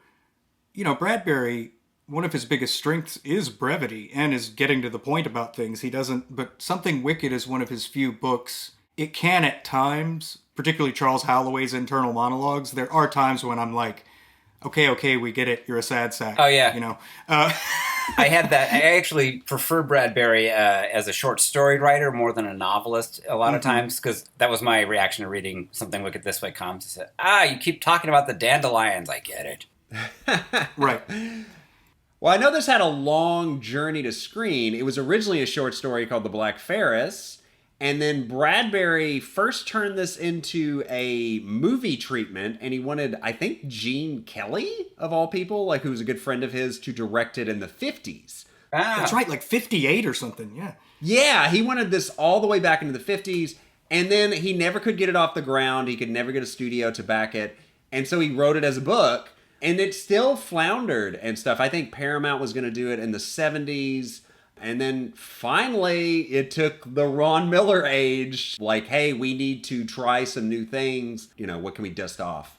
And this got dusted off, which is, I think, fantastic. And I think back in the 50s and 60s, Bradbury himself was wanting, I think, Christopher Lee for Mr. Dark, which of course would have been amazing. That would have been epic. Wow. Yeah, it would have, but man, I can't imagine anybody but Price now. He's Same here. He's so incredible in this, and it's so menacing. And is he actually that tall in real life? He seems taller in this movie than any other thing I've ever seen him in. I mean, he seems like he's 6'3" in this thing. I wouldn't be surprised if he had lifts on, because he seems ridiculously tall in this movie. Yeah. Oh, that scene where he's walking around looking for the two boys, and they set up that parade. It's so good. It's such a great, suspenseful moment. They're hiding in the grates and stuff, and like the tattoos on Where he the basically, hands. where he basically becomes the Illustrated Man and has the tattoos on his palms. Yeah. Oh, it's so good. He's so great too at not being like menacing and an outward. He doesn't immediately come up like he's not starting at 11. He's charming, and he's got kind of there's a kind of a inherent sweetness to Jonathan Pryce. So when he starts to and what he'll do is he'll start off nice, and then he slowly, starts turning on those menacing mechanisms. So by the time the scene's ended, you're like, oh my god! But every time, it's got this slow burn to it that I really appreciate. Mm-hmm. And I don't know if this is in the book or not, but the lightning rod salesman. So I always assumed that they go from town to town, and I'm assuming this lightning rod salesman like gets there before they do and like hands out lightning rods. Am I off in my assumption of that? Because it seems like that is always their undoing, is the lightning. The storm is what takes them away every time, but I can't remember if Tom Fury is an actual elemental, like if he's a character that shows up every time they do. From the book, I don't remember. I only remember him in just this one iteration. So, don't remember. He's definitely their undoing this time. I take it from the movie alone, the way I read their undoing was that, they're torturing Tom Fury because he knows when the storm's coming, because he has like this supernatural ability to know when the storm is coming. So they know when the storm's coming, but I take it their greed is their undoing, because Dark wants Jim Nightshade so bad, sticks around too long, and the storm ends up taking them out. That's the way I tend to look at it, that they should have already packed up and left. And the effects in that final sequence on the carousel where he's turning like old, and that is really impressive. I think, did Stan Winston, I think I saw his name in the credits. I think he did that effect. Gray, you would know. Yeah, I think so. I think it was partially him, yeah. It's really impressive. Even today, that's a really impressive, like all the different stages of like that animatronic old man. And then like the guy that comes out from Freaks, by the way. I think that actor is in Todd Browning's Freaks. He is. I looked it up. Carries his bones off. I thought that was amazing. Mm-hmm. So much to like about this film. I also did not realize this. There were 2 scores written for this film. And you can listen to the other score on YouTube if you want. It's by someone named George Delarue, and he did the original score, and Disney deemed it far too scary and creepy. And it is a very scary score, honestly. So they brought in, I believe, James Horner to do the score in place of him. I still like the James Horner score, but if for folks out there, I think check out the George Delarue score. It's pretty great. The legacy of this story is kind of vast. It seems so incredibly influential on horror writers, the big ones today, like Neil Gaiman and Clive Barker and Stephen King, who I know has cited this. This is it's Needful Things. It is. Yeah, that's what comes to mind. I was like, this is basically like he kind of ripped this off in a way when he wrote Needful Things. And there's even characters. I actually made a note, Moon, that spells Tom Fury. Because, I mean, like Tom Cullen from The Stand. They're very similar characters. There's a lot of Bradbury in Stephen King's DNA, definitely, or vice versa. Oh, yeah, big time. But I think in probably a lot of writers' DNAs, he's so influential. Yeah, actually, Ray Bradbury ran over my foot at Comic-Con one year. And he was being pushed. He was being pushed in a wheelchair, and it went right over my foot. So, but I was God bless him. Yeah, that's right. Well, and then there's of course, I buried Ray Bradbury, and there's that. Oh my gosh, that's right. Whoa. When you were a gravedigger for a hot minute, wait a minute, you buried Ray Bradbury. Yeah, it was pretty wild. He's one of my childhood heroes. Yeah. So when I worked there, his wife he was already buried there, and he had a space right beside hers, with the gravestone already there, just waiting. And he was already quite old, so every day I was like, one of these days, and driving to work one day, I heard it on the news, and I was like, oh, well. Then I got to work, and they were like, well, Ray Bradbury is day after tomorrow. And I was like, oh, wow. And it was a section in the cemetery where you could not get heavy machinery into. So Carlos, my partner, and I had to hand dig the grave. And it was one of the biggest honors of my life that we hand dug his grave and laid him to rest. Yeah. There is a photograph floating around out there. Maybe I'll post it on the Facebook group of me in the grave, like digging it, and Carlos outside of it. I didn't take it. Someone clandestinely took it of us while we were digging the grave and posted it online. Wow. Jesus. What an honor. Yeah. What a great honor. That's amazing. It was, yeah. I was also excited this summer. I got to see The Cure over the summer, and they have a song that is related to Something Wicked This Way Come. It's a song called I Can Never Say Goodbye. It's not released yet, but it's coming on their new album. Oh, it was amazing. They had, as a projection, they had the carousel going in the background and stuff. Oh my God. They played this song. Cool. And it was and the chorus is, and something wicked this way comes. And I was just like, oh my God, this song is so great. I think his brother died. Robert Smith's brother died, and he wrote that song about that. Oh, wow. But anyway, for Cure fans out there, something, and Ray Bradbury fans, something to look forward to. All right, excellent. Well, this had such a long time to make it to the screen. Totally worth the wait. This is still a treat to this day. I think it still holds up fantastically. Any parting thoughts about Something Wicked This Way Comes? It's sort of a throwaway thought, but it's true. The little boy version of Mr. Cougar has to be in the top 5 creepiest movie kids. Yeah. You're just saying that because he's a ginger. It's just ginger prejudice, damn it. Goddamn South Park. Man, I can't live that down as a ginger. Jesus Christ. Everybody's like, they don't have souls. They don't have souls, gingers. Like, fuck off. But Brett, we like that you don't have a soul. That's why we're all here. That's true. Yeah. That's true. I just do whatever the fuck I want. Yeah. Awesome. Excellent. All right. Well, that was an amazing film. A wonderful rewatch. All right. Well, from the mystical carnival barkers to a trip back down the yellow brick road, let's join Dorothy Gale on her return to Oz. Waylon, could you synopsize possibly one of the creepiest kids films ever made for our listeners out there? Oh, I will do my best. So we've got Return to Oz is sort of a sequel to the original Wizard of Oz. It's a sequel and sort of a retooling, in that it's a lot more faithful to the source material. So Dorothy has not really recovered from her trip to Oz, and her family thinks that she's nuts. And what's got to be one of the most screwy setups to any children's film ever. They take her to a sanitarium where they're going to like give her shock therapy treatment to try and cure her of these delusions. And they escape, and there's a storm. And of course, because it's a Wizard of Oz film, the storm ends up sweeping her away back to the land of Oz. But it becomes an out of the frying pan into the fire situation where when she lands back in Oz, Oz has been destroyed. The Yellow Brick Road is broken, and she finds that everybody, including her friends, the Cowardly Lion and the Tin Men, they've all been turned into stone. She ends up making a bunch of new friends on a quest to try and restore Oz.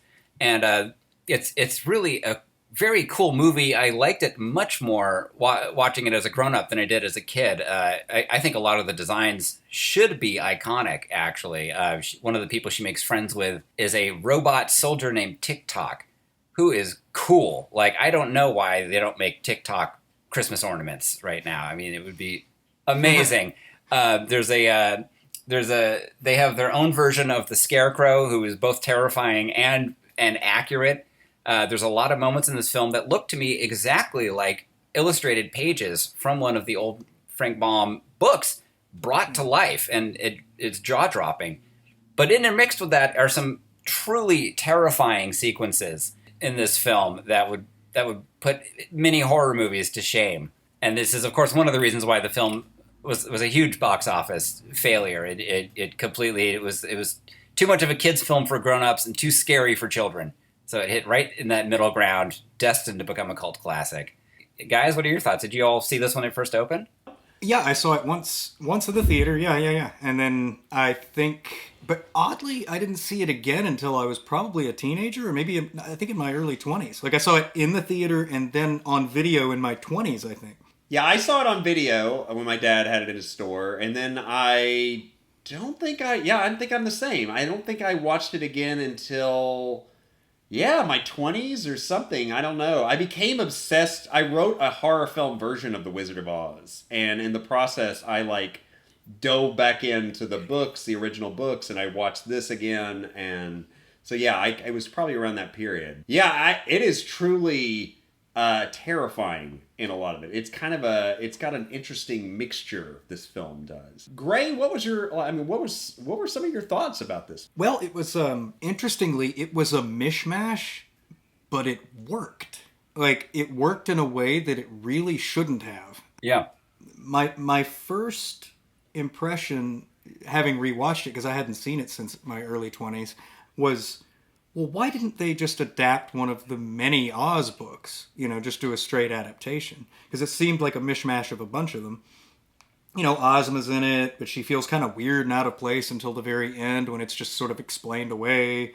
And then I found out it was seems like it was kind of like similar to the Roger Corman Fantastic Four movie thing, where it was almost made as to retain the film rights they were going to lose the film rights if they didn't make an Oz movie. Oh, interesting. They tried to make one called The Rainbow Road to Oz at one point, and that fell through, and they were going to lose the rights, so they just pushed this through. But it ended up being this incredibly creative sort of hodgepodge of a bunch of the different Oz books. Like Waylon said, yeah, I think it hit that too scary for kids, too kiddie for adults, so just right perfectly in the middle. I feel like if it came out today on Netflix or something, it would do way better. I think it was too much too early. It's certainly a cult film now. Oh yeah, people love it now. Yeah, it's certainly found its audience after all these decades. And it's not one that Disney shies away from. It's everywhere. Yeah, I think it's actually their creepiest film, but it is on Disney Plus, strangely enough. And there's really a long history with The Wizard of Oz with Disney, and that might be why. Walt wanted to do The Wizard of Oz as an animated film right after Snow White. But because Snow White was so successful, MGM snatched the rights up to Wizard of Oz before he could. Of course, then that became the musical. But the original Wizard of Oz was not successful as well. That's also a cult film. Really? I didn't know that. It was not successful until about the 50s. It became more successful as it played again and again, and when it finally like started to play on television every year, then it became this beloved classic film. But when it came out, it was not. It was not a success, but it just lived on. And to be frank with you, the only thing this movie has in common with that 39 version is the ruby red slippers. Yeah. Other than that, which I guess they had to pay MGM like a freaking butt ton of money to I have, read because that. it's the silver shoes in the book. It was such an iconic thing, the ruby red slippers. They had to somehow incorporate that into the film. That makes sense. I mean, yeah. Agreed, actually. Yeah. The making of it is, I think, as interesting as the film itself. This is the only film Walter Murch ever directed. For those of you who do not know who Walter Murch is one of the top editors and sound designers working in Hollywood. He edited The Godfather 2. He edited Apocalypse Now. He won an Academy Award for doing the sound design for Apocalypse Now. He wrote the definitive book on video editing. It's a book called In the Blink of an Eye.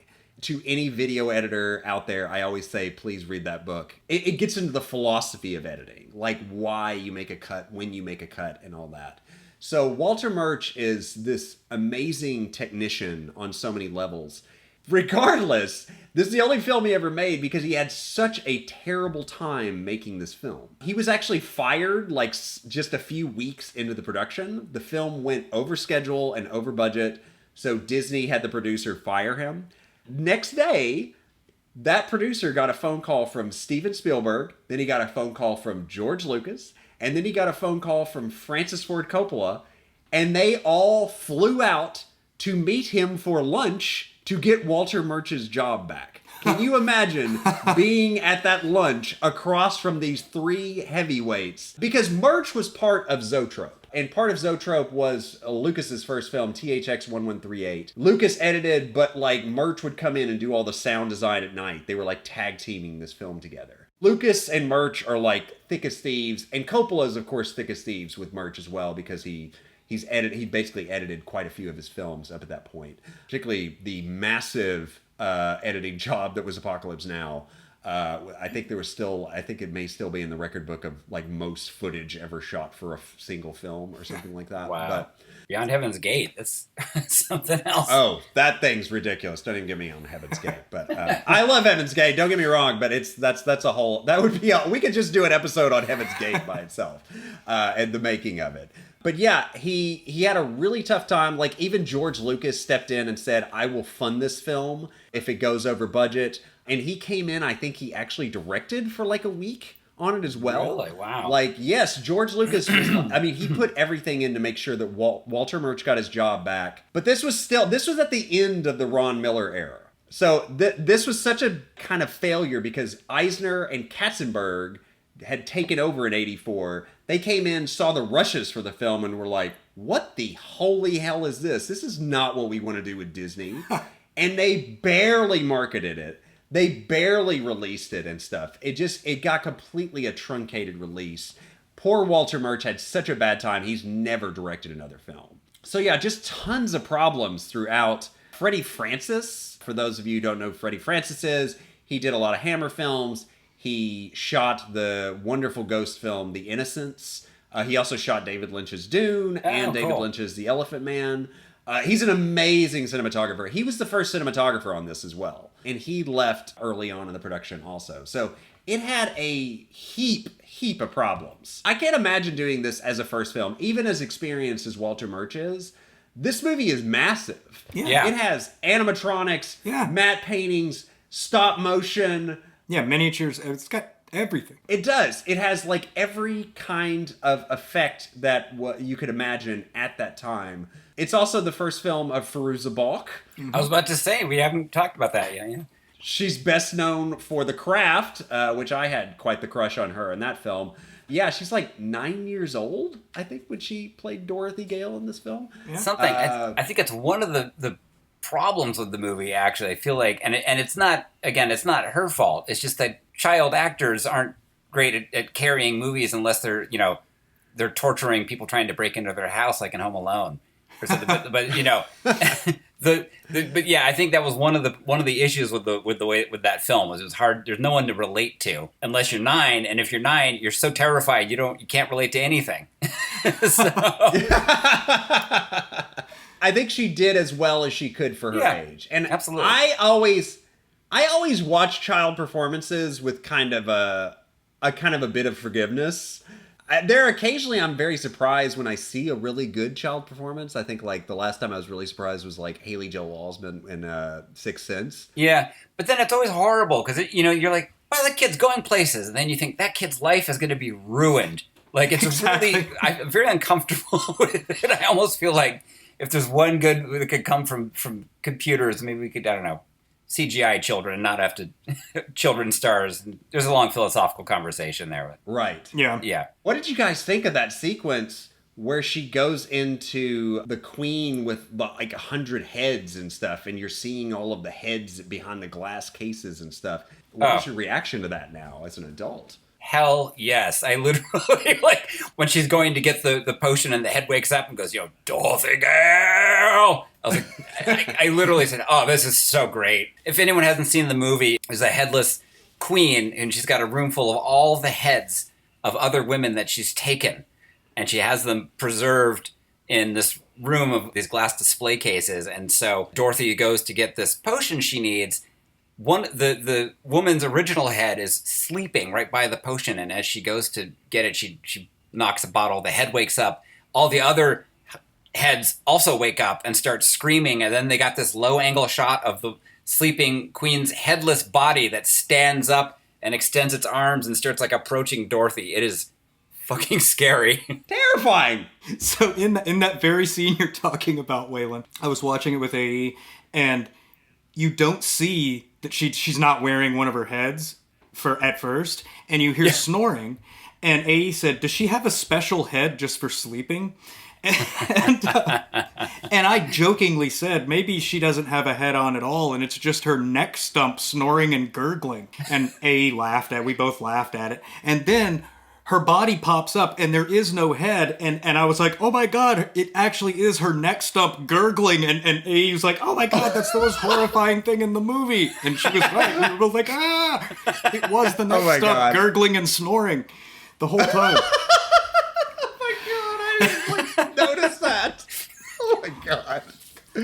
Yeah, it is also the claymation in this film. Beautiful. Terrifying as well. Yeah. I had to look it up because I was like, man, who did all the claymation in this? The same guy that did another movie that is also a super creepy kids movie called The Adventures of Mark Twain.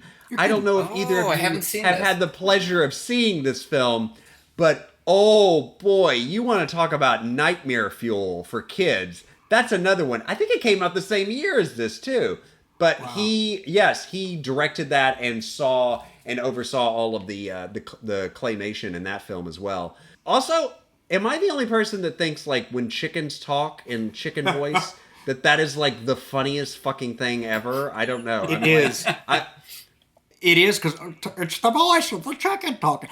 Oh, I don't think so. So Belina the chicken, I had to look it up because the voice was driving me crazy. Belina the chicken was also the junk lady from Labyrinth. Remember the old lady who carries all the junk on her back? Yeah. Oh, wow. That's cool. That's amazing. Also, the actress that plays the queen with the 100 heads. Bav Morda. Yes, Bav Morda from Willow. And the first, they were all the silly actor trivia. The first head of Mombi, the young Mombi, the first time you see Mombi with a head on, that is the lead actress from Young Sherlock Holmes, the one who almost becomes the mummy at the end. Oh, wow. Which I just rewatched this year. Okay.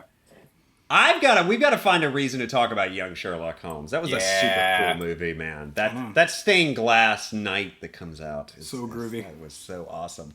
And I know Gary Kurtz was an executive producer on this as well. Gary Kurtz, for those who don't know, he was the producer for the original Star Wars films.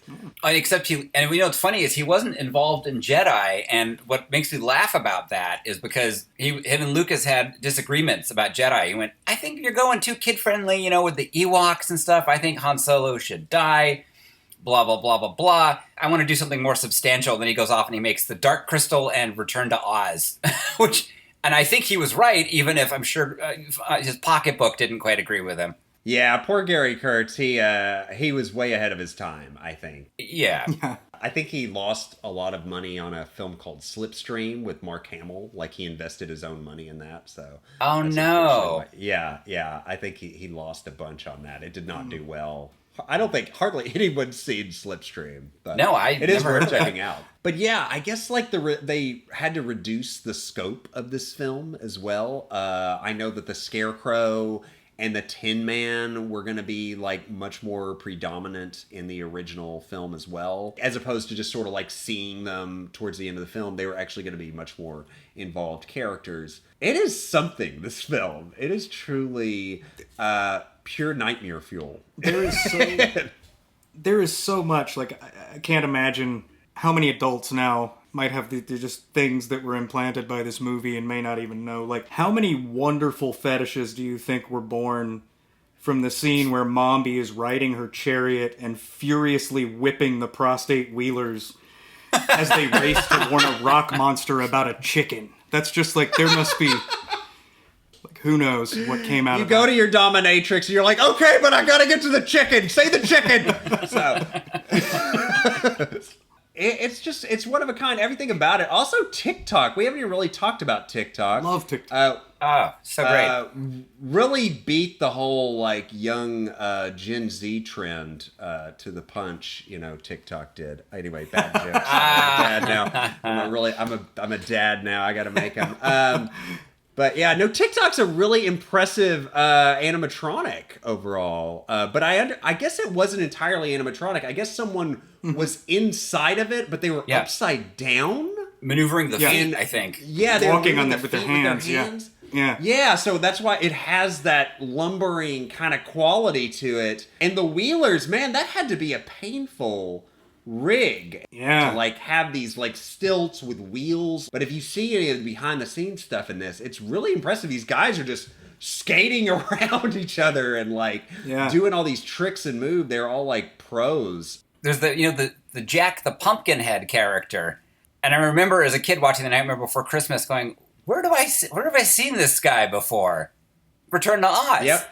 Yeah. That Tim Burton is on record saying Jack. I don't even think it was Jack Pumpkinhead from the books. I think it was Jack Pumpkinhead from this movie. That was the sort of the spark that grew Jack Skellington, also named Jack. Yeah, it really did give a lot of character attention to these side characters. They weren't just throwaway. They have one little, like particularly TikTok. I love his placard that says "guaranteed to do everything but live." Yeah. Because I loved the implication that you can think, and they make this point, you can think, move, take action, affect the world, speak. You can do all of this without technically being alive. And then he has the uproariously funny but really dark line, I am not alive and never will be, thank goodness. And I remember I turned to AE and I was like, these days, TikTok, man, sometimes I'm jealous of you. I was like, I feel you, buddy. But that's just, it's really great. It's just great character development built into what he is. And I love that the whole aesthetic is like kind of early 1900s too. Because TikTok looks like he just came off the front lines. If like a steampunk robot was in World War I, that's what TikTok looks like to me. Yes, absolutely. Yeah, he's got a doughboy hat on. Yeah, he does. Yeah, and the mustache and like that it moves up and down and like I thought that was a great design element. What else we got to talk about with this film? What other thoughts do you guys have about Return to Oz? I just have a personal aside that I don't remember this film coming out, but I remember that my older sister had a Return to Oz calendar, which I Googled actually before we watched this just to make sure I didn't, was this a real thing? And it was. And so I remember loving the pictures in it. They were just, neat. And I was already, as a little kid, I already liked old movie monsters and stuff like that. So I was like, okay with it. And so we must have rented the film which I then found totally disturbing. And then every time I went by that calendar, I had a whole different relationship to it. It was far more like, ugh, like don't turn the page. I don't want to know what's next. Probably Mombi. Yeah, it's probably the Wheelers again. That's great. That's fantastic. Yeah.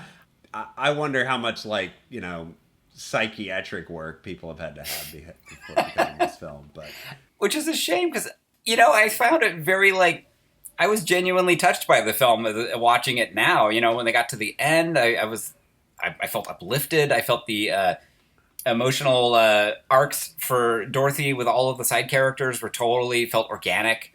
I was rooting for everybody. Like it genuinely works. I think being disturbing was kind of built into its DNA. It's just, like you guys were saying, it's sort of ahead of its time that way. it's crazy that they do the tie-in much like the original Wizard of Oz, where like the characters from the farmhouse are like, the characters, in the story. And this time it's the characters in the asylum. Yeah. Yeah. It was genuinely satisfying to see Mombi in the cage being trotted out like a prize, after Ozma is free. And then to go to the real world, quote unquote real world, and see Nurse Wilson in the paddy wagon behind the cage. Yeah, Yes, it was like, that works. Yeah. Which I didn't quite understand. Like, why did she get taken? I don't know. They don't really go into that. Like, there was a fire at the asylum, but like, why would someone be carted off in like a paddy wagon at the end? Did she cause the fire or something? Or Yeah, that didn't really. Yeah, I just kind of. It was like a satisfactory. Like, oh look. A good triumph over evil, or whatever, even in the real world. We haven't even touched on Nicole Williamson. Yeah. I think probably will always be, to my generation, Merlin from the incredible, still to this day, greatest adaptation of Arthurian legend, John Borman Excalibur. But he's pretty great as the Gnome King. Absolutely. Oh my God, yes. Although it is so weird when he, like, shows off the ruby slippers. I know. They've got him in all these, like, crazy clay-looking, or I guess not clay, but, like stone-looking prosthetics. And then he's, like, this rock man, this giant rock man with these, like, red ruby slippers. I love that. And that he's, like, wearing them all the time. Like, he didn't put them on before she shows up. He's just been sitting there wearing these ruby slippers. In them. Yeah. That's where it gives him all his power and stuff. Yeah. But it's like, it's just such an odd visual. It's always struck me, even as a kid, I'm always like, that it's just so oddball looking to me.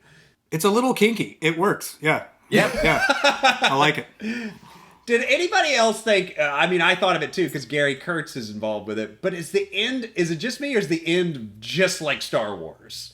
Like, not the end, but like when they're doing the whole parade and stuff in Oz, it's... Yes. Yeah. Total One of my Star favorite Wars vibes.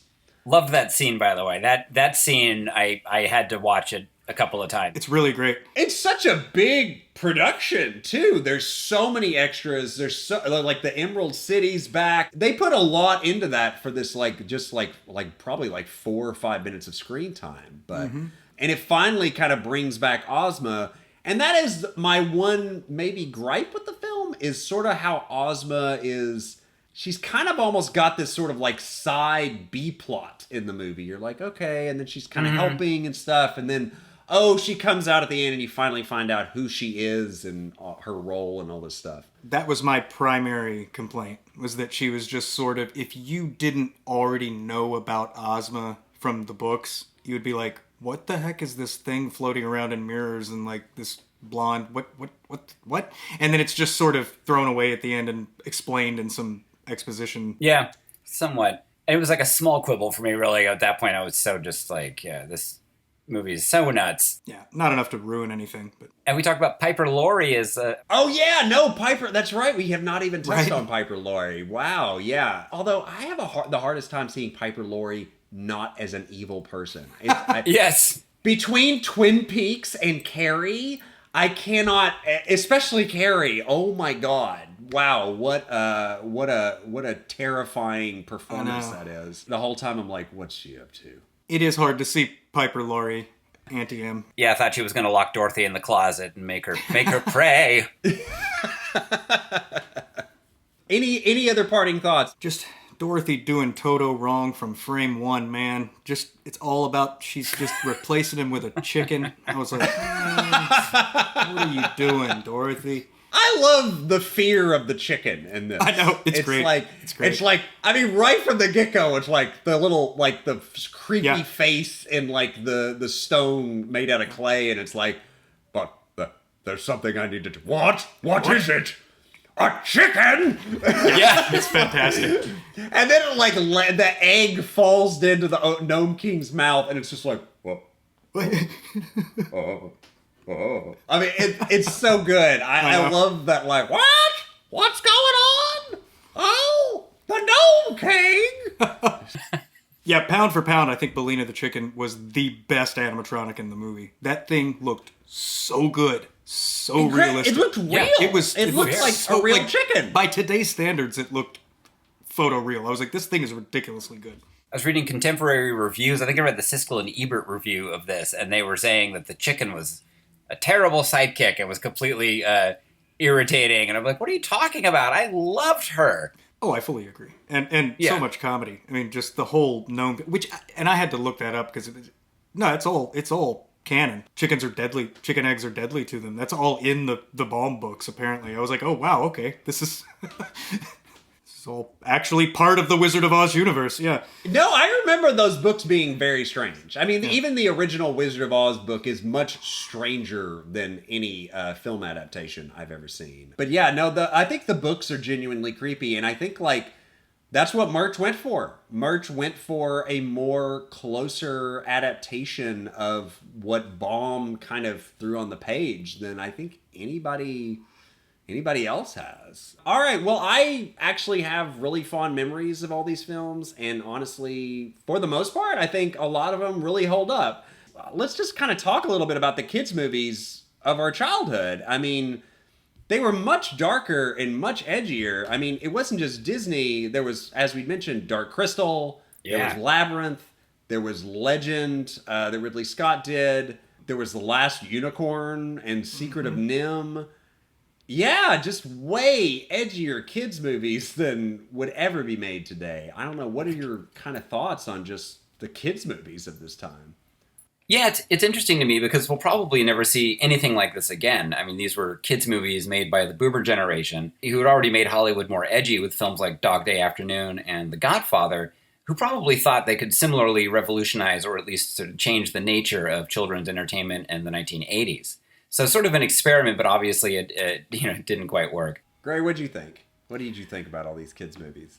Yeah, I mean, that definitely could be true. An experiment that didn't work. But, I mean, it worked. It certainly worked. For us. Just I mean, it didn't work in the way that they wanted it to. the cash flow sense of the but it certainly worked in building a cult following later. I mean, it made all of us the people we are now. So, and the filmmakers that we are now. I'm very curious to see how that'll pan out with filmmakers our age and people who get into making family entertainment now. People who are 40, 50, 60-year-old filmmakers now who get into making children's movies. It's such an interesting time, and like there's the only film from the Disney canon, like I'd mentioned, that kind of has any lineage from this period is Tron. You know, they've never made a Condor Man ride at Disneyland, which I'm very, very disappointed about. Yeah, really. I would love a Return to Oz ride and a Something Wicked This Way Come. At least give us a carousel or something. A carousel, maybe something. Yeah, Then I'd have to go to something. Disneyland. A carousel with a carousel with interactive screens in front of it that as you look de-age you or age you as you're writing it, as you're looking at yourself. Come on. You could do a Watcher in the Woods / Something Wicked Hall of Mirrors or something, a fun house. So, and see different things in the mirrors as you go by, and occasionally see Karen. Yes. On the other Oh, side. that'd be great. Yes. Well, that was a lot of fun to go down memory lane like that. Coming up next month, we will be discussing something completely different, as Monty Python says. We will be discussing the filmography of Ninja Master himself, Sho Kosugi. We will be discussing the films Revenge of the Ninja, Ninja 3 of the Domination, Pray for Death, and 9 Deaths of the Ninja. Are you guys ready to switch from Disney to ninja films? Are you guys? Absolutely. This will be fun. I haven't seen any of those movies, so this will be interesting. Yes. Amazing. Gray, have you seen any of those ninja films we're about to Same dive here, into? not a one. So Really? I am Fantastic. I'm pumped. I am excited to show you these gems. Oh boy, it's going to be a good old time. And make sure that wherever you're listening to your podcast, please follow us. And also, please, if you have the time, please rate us as well. That helps us get found by the algorithm. And if you want, please follow us on our social media pages. Check out the description in the podcast description to find us on Facebook and Instagram, and also on Letterboxd and YouTube. So, well, thank you so much for tuning in this month. And remember, be kind as we rewind.